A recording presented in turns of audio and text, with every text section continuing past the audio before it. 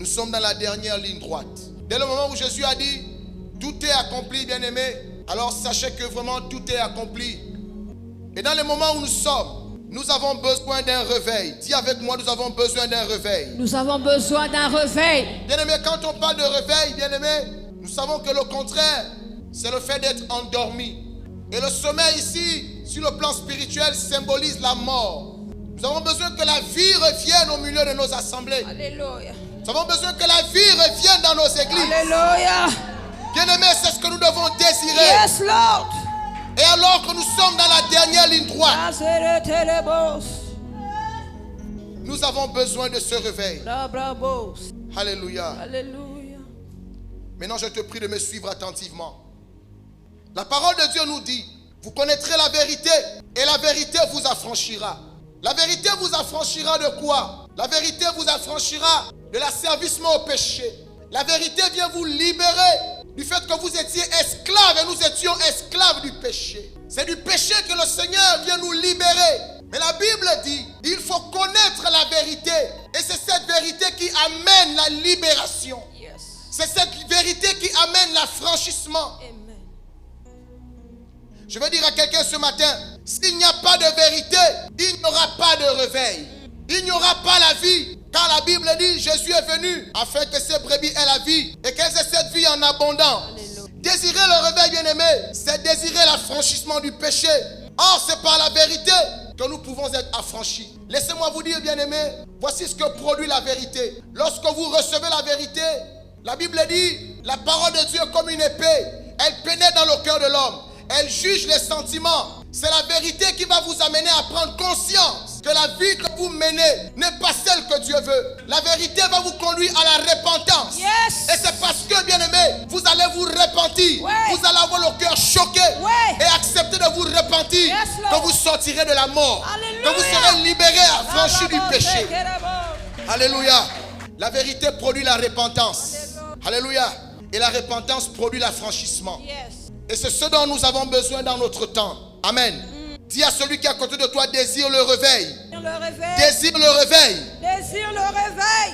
Et je suis heureux de vous dire ce matin, il n'y a pas de réveil sans la vérité. Il n'y a pas de réveil sans l'annonce de la parole véritable de Dieu. Bien-aimé, le réveil, ce n'est pas le rassemblement de tout un groupe de chrétiens dans un grand stade. Non. Le réveil, ce n'est pas la prolifération, la multiplication des églises. Le réveil, c'est l'affranchissement du péché. Lorsqu'un peuple nombreux décide de renoncer à la vie que Dieu ne veut pas, alors on dit que le réveil est arrivé. Le réveil n'intervient pas parce qu'il y a une multitude de miracles. Le réveil n'intervient pas parce qu'on vous annonce et on vous donne des visions, des prophéties. Le réveil ne vient pas par la prophétie. Le réveil ne vient pas par la multiplication des miracles. Le réveil ne vient pas par la multiplication des guérisons. Mais le réveil vient par l'annonce de la parole. Et si la parole de Dieu déclare, l'Esprit du Seigneur est sur moi, car il m'a oint pour annoncer la bonne nouvelle. Le réveil, c'est la prise de conscience d'un peuple. Lorsqu'un peuple prend conscience qu'il marche dans le péché.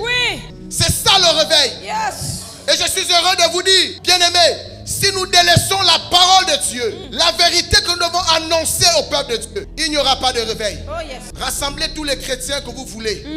Bien-aimés, lorsque tout un groupe de pécheurs remplissent même un stade, alléluia, s'ils n'ont pas eu à cœur de se repentir, c'est une perte de temps.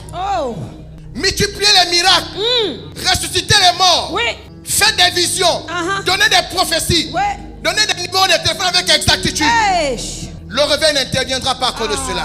La Bible dit, lorsqu'ils eurent entendu le discours de Pierre, ils eurent le cœur vivement touché. Et ils ont dit à Pierre, homme frère, que devons-nous faire? Et Pierre leur a dit, répentez-vous.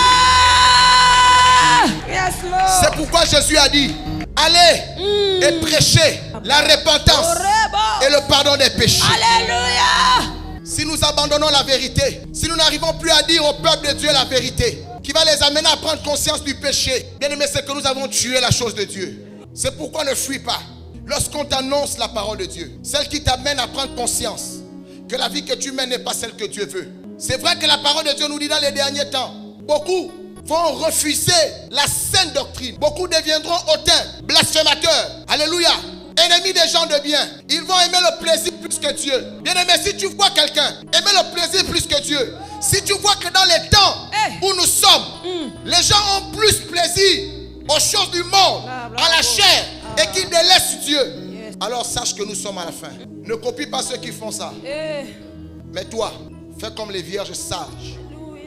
Et je vais dire à quelqu'un ce matin, nous nous sommes revendiqués d'être des églises de réveil.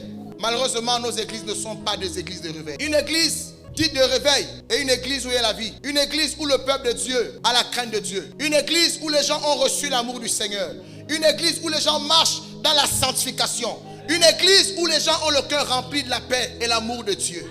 Alors, quelle dénomination pouvons donner à nos églises? Une église de réveil est une église vivante. Une église vivante est une église où ceux qui sont rassemblés ont la vie au nom de Jésus. Une église qui rassemble des personnes qui marchent sur les voies du salut. Voici une église de réveil. Et notre combat, bien aimé, à tous, c'est de ramener la vie dans l'église. Si nous tournons, bien aimé, de cet objectif de ramener la vie dans nos assemblées, alors je crains de dire à quelqu'un ce matin, nous courons en vain. Si du moins celui qui nous rassemble est celui qui est allé à la croix, celui qui a payé pour que nous soyons affranchis du péché et de la mort. Parce que le salaire du péché, c'est la mort. Dès qu'il y a le péché, il y a la mort. Est-ce que Dieu prend plaisir à une assemblée de personnes qui n'ont pas la crainte de son nom? Est-ce que Dieu peut prendre plaisir aux offrandes des personnes qui n'ont pas reçu l'amour de Christ? Est-ce que Dieu peut prendre plaisir aux prières de ceux qui n'ont pas la crainte de Dieu? Ainsi la parole de Dieu dit dans le livre de Jean 9, 31. Dieu n'exauce pas les pécheurs, mais quiconque fait sa volonté, c'est celui-là que Dieu exauce. Alors ne venons pas prier et crier à Dieu alors que nous ne sommes pas dans les voies du Seigneur. Je ne suis pas d'accord avec cela. Aussi vrai que le Seigneur permettra que la force me soit donnée, que le Saint-Esprit me conduira, je vous annoncerai la vérité. Que vous le vouliez ou non, je dirai toujours ce que Dieu veut que vous puissiez entendre et non pas ce que vous voulez entendre. Bien-aimé, Jésus a tellement payé cher pour que vous soyez avec lui l'éternité. Alléluia. S'il y a des prédicateurs qui n'ont pas à cœur ce fardeau, ça n'engage que. Mais pour ma part, je vous dirai toujours la vérité. Je préfère avoir en face de moi 2 personnes qui ont accepté cette vérité que d'avoir 1 million de personnes qui marchent dans la mort. Bien-aimé, un jour, le temps vient où le soleil de justice va se lever et on fera la différence entre ceux qui servent le Seigneur et ceux qui ne le servent pas. De quel côté es-tu? De la mort ou du réveil? Alors nous devons travailler, nous devons prier pour que le réveil véritable vienne. Le réveil que Jonas a suscité à Ninive, à la prédication de Jonas, tout le peuple de Ninive s'est repenti. Voici c'est quoi le réveil. C'est pas parce qu'on va multiplier les croisades. Les gens jettent les béquilles, on jette les chaises roulantes. Les gens sont guéris, c'est pas ça le réveil. Dieu peut te guérir du cancer aujourd'hui, gloire à Dieu. Mais tu mourras de quelque chose. Et si finalement tu meurs, mais que tu meurs sans Dieu, à quoi aurait servi le miracle que Dieu t'aurait accordé? Mais nous ne tournons pas de l'objectif.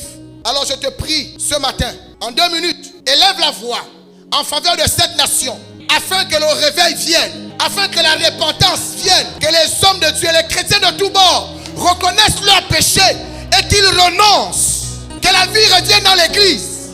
Prie le Seigneur ce matin, demande la vie dans l'église.